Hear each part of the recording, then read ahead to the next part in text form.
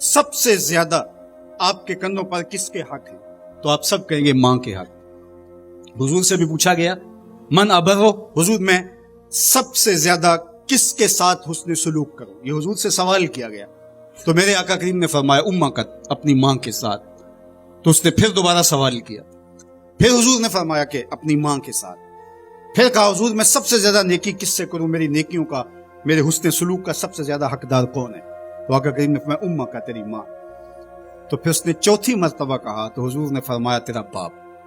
تو 3 مرتبہ حضور نے ماں کا ذکر کیا۔ علماء نے یہاں لکھا کہ والد اولاد کی تربیت کرنے کے لیے مشقت سہتا ہے، کمائی کرتا ہے، یہ ایک مرحلہ ہے اس کا۔ ماں 9 ماہ تک اس کو اپنے پیٹ میں رکھتی ہے، ایک مرحلہ یہ۔ پھر ولادت کا دوسرا مرحلہ، زچہ بچہ دونوں کے لیے موت و حیات کی کشمکش ہے۔ اور تیسرا مرحلہ اس کی تربیت کا، جس کا باپ شامل ہوتا ہے۔ تو ماں کے 3 حق بیان کیے اور باپ کا ایک حق بیان کیا۔ مجھے بتاؤ وہ ماں اور وہ باپ جو اولاد کو اپنی آنکھوں کا تارا اور نور نظر کہتی ہے، کیا اس کے حق ساری زندگی بھی کوئی لگا رہے تو ادا کر سکتا ہے؟ کسی نے کہا کہ میں نے ماں کو اپنے کندھوں پہ اٹھا کے حج کروایا اور موسم میں حدت اور گرمی اتنی تھی کہ اگر گوشت کا ٹکڑا زمین پہ پتھر پہ ڈال دیا جاتا تو وہ بھن کے کباب بن جاتا، کیا میں نے اپنی ماں کا حق ادا کر دیا؟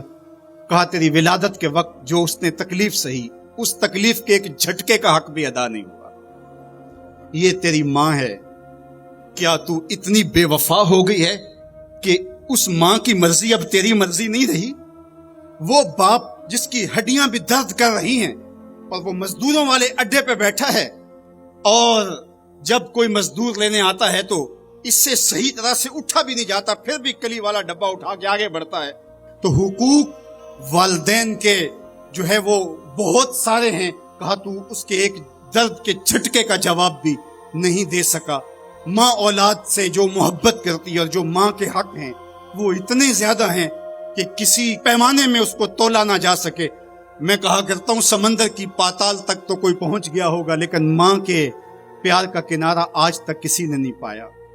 یہ سڑکوں کے کناروں پر بڑے بڑے ہیوی ترازو نصب کر دیے گئے ہیں، پورا کنٹینر تول لیا جاتا ہے، لیکن آج تک ایسا ترازو میں نے نہیں دیکھا جس پر ماں کے پیار کو بھی تولا جا سکے۔ ماں جب بولتی ہے تو اس کے لہجے میں جبریل بولتا ہے، ماں جب مسکراتی ہے تو لگتا ہے جنت کی ساری کلیاں کھل اٹھی ہیں۔ اللہ نے ماں کے سینے میں وہ درد، وہ درک، وہ محبت، وہ چاہت، وہ پیار کا جہاں آباد کر دیا کہ سید خورشید گیلانی نے کہا تھا کہ اونچے ہوٹلوں میں کھانا کھانے میں وہ سرور کہاں جو چولہے پر بیٹھ کے ماں کے ہاتھوں سے پکی ہوئی چپاتیاں کھانے میں ملتا ہے۔ اور کہا اونچے اونچے اسٹیجوں پہ حضرت صاحب، عالی جناب، مفتی صاحب، قبلہ عالم، کیا کیا لفظ سننے کو ملتے ہیں، لیکن ان لفظوں میں وہ چاشنی کیا جو ماں کی زبان سے اوئے مٹھو اور اوئے ببلو کے اندر رکھی گئی ہے۔ ماں کے سینے میں تڑپتی ہوئی ممتا اور محبتوں کا جہاں، اس کی کوئی مثال ہی نہیں ہے۔ ماں کو اتنا پیار کیوں ہے اور ساری زندگی ماں کے حق ادا کرتا رہے پھر بھی حق ادا نہ ہو، کیوں؟ اس لیے کہ ماں نے جنم دیا ہے۔ یہی جواب ہے نا آپ کا کہ ماں اتنا پیار اس لیے کرتے، اس کے حق کتنے ہیں کہ میرے حضور نے کہا پھر ماں، پھر ماں، پھر ماں۔ اتنے حق کیوں ہیں؟ اس لیے کہ اس نے جنم دیا ہے۔ میرے جملے کو بار بار آپ نے سنا ہوگا، پھر سن لیجئے، جس نے جنم دیا ہے اس کو اتنا پیار ہے اور اس کے اتنے حق ہیں، تو جس نے خلق کیا ہے اس کو کتنا پیار ہوگا اور اس کے کتنے حق ہوں گے۔ تو اللہ کے حق غالب ہیں،